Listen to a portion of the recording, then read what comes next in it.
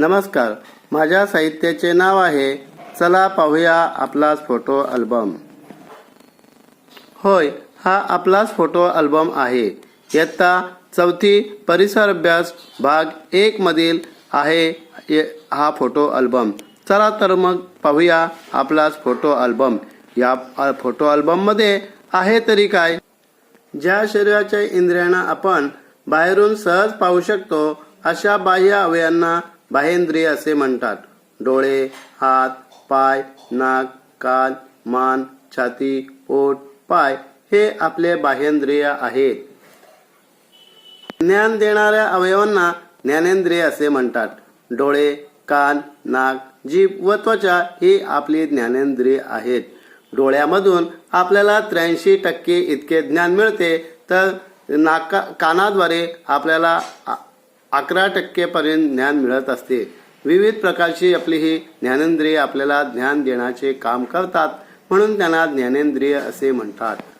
आपल्या शरीरामध्ये विविध पोकळ्या असतात. वरची भागात दिसते ही शिरोपोकळी, वक्षपोकळी, उदरपोकळी आणि कटीपोकळी आहेत. या पोकळ्यांमध्ये आपले इंद्रिय, आंतरइंद्रिय अशा पद्धतीने बसवलेले असतात. तर आता आपण पाहूया आंतरइंद्रिय म्हणजे काय. आंतरइंद्रिय शरीराच्या आत मेंदू, हृदय, फुफ्फुसे, जठर, ग्रासनलिका अशी वेगवेगळी इंद्रिय असतात. ती शरीराच्या आत असतात, त्यांना आंतरइंद्रिय असे म्हणतात. ती आंतरइंद्रिय ह्या विविध पोकळ्यांमध्ये अशा पद्धतीने बसवली असतात की आपण किती हालचाल केली तरी त्यांचे संरक्षण होते. जसे एखादा बिस्किट पुड्यामध्ये बिस्किट असतात, ती बिस्किट पुड्यात सुरक्षित असतात, परंतु जर बरणीमध्ये ठेवली तर इकडून तिकडे हलवताना ती तुटू शकतात. तशाच प्रकारची हे आंतरइंद्रिय विविध पोकळ्यांमध्ये सुरक्षित असतात. कशी ते आपण आता पाहूया. या फोटोमध्ये आपल्याला दिसते की शिरोपोकळीतील मेंदूची जागा. मेंदू हे डोक्याच्या कवटीत असलेले इंद्रिय आहे. शरीरातील सर्व क्रियांवर मेंदूचे नियंत्रण असते. बघा, हा आपला शिरोपोकळीतील मेंदू आहे. हृदयाचे स्थान वक्षपोकळीत आहे. छातीच्या पिंजऱ्यात 2 फुफ्फुसांच्या दरम्यान हृदय असते. हृदयाची हालचाल सतत होत असते. हृदयाचे आकुंचन आणि प्रसरण होत असते, त्यामुळे संपूर्ण शरीराला रक्तपुरवठा होतो. या फोटोमध्ये सुद्धा आपल्याला वक्षपोकळीत हृदयाचे स्थान कसे आहे ते दिसत आहे. आता आपण आंतरेंद्रिय ग्रासनलिकेबद्दल बघू. ही आहे ग्रासनलिका.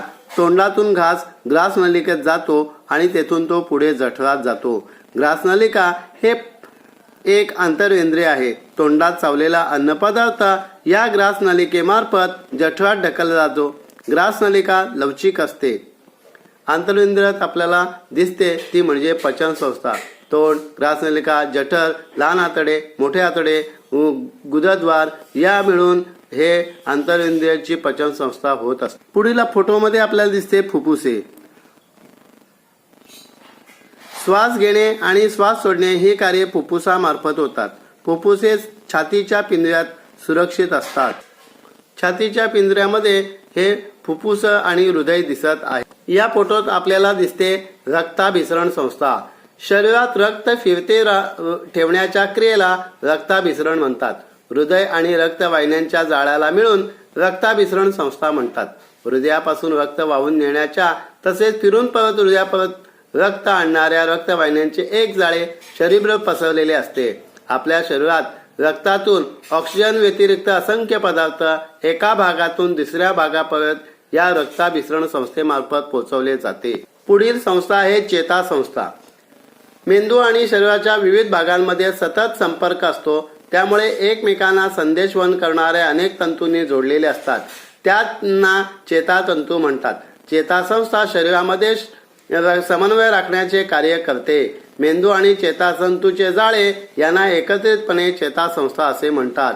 म्हणजे आपल्याला पायाला जर काटा टोचला तर ती संवेदना पटकन मेंदूपर्यंत घेऊन जाण्याचे काम या चेतासंस्था करत असतात. मग आपला पाय बाजूला होतो किंवा वेदना झाल्याचे जाणवते. ही सर्व एकत्रित चेतासंस्थेची कामं आहेत. याच्यावर मुख्यतः मेंदू हे एक मुख्य नियंत्रण करत असतो. आता बघूया आपण पचन संस्था.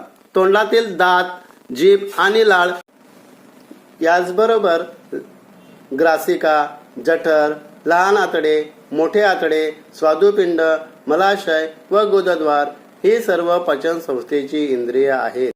आता आपण या छोट्या अल्बममध्ये काही फोटो पाहूया.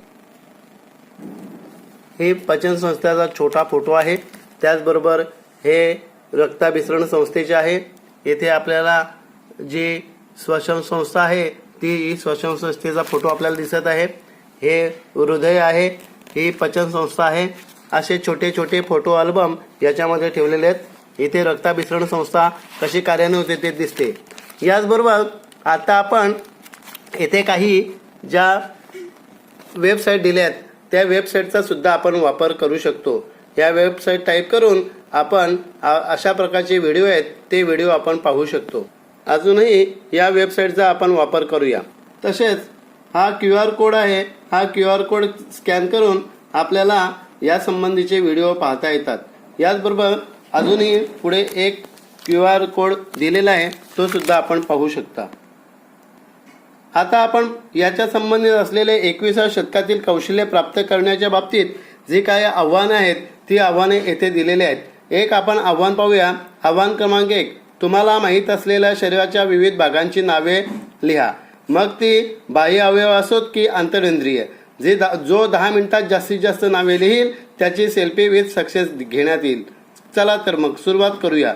अशा प्रकारचे आव्हानं सुद्धा येथे दिलेले आहेत. ही विविध प्रकारची आव्हानं आहेत आणि अशा प्रकारे हे छोटा अल्बम या संबंधित आपल्याला तुम्हाला देत आहे.